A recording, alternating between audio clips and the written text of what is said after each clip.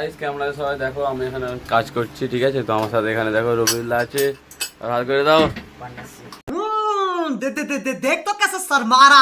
আর এখানে আমাদের মোবারক ভাই, আর এখানে আমাদের সামিন্দা, মানে কাজ দেখছে এখন।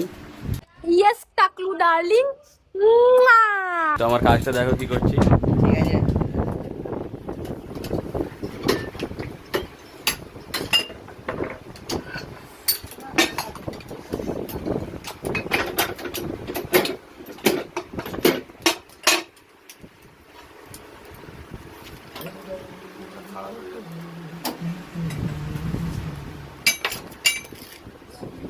এই কাজটি একাই পারিস নাকি বে? তুই আমাকে কি কমজোরি মনে করেছিস? দেখবি আমিও করবো। না,